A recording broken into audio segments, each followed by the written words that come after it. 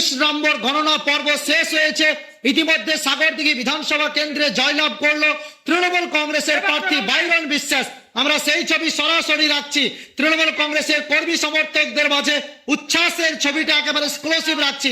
সাগরদিঘিতে এই মুহূর্তে তৃণমূল কংগ্রেসের প্রার্থী বাইরন বিশ্বাস জয়লাভ করলো, প্রায় 35,000 ভোটে জয়লাভ করলো।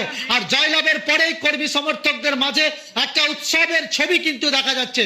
দর্শক, আরো একবার জানিয়ে রাখি, গণনা কেন্দ্রের শুরু থেকেই, প্রথম ধাপ থেকেই কিন্তু দফায় দফায় এগিয়েছিলেন তৃণমূল কংগ্রেসের প্রার্থী বাইরন বিশ্বাস।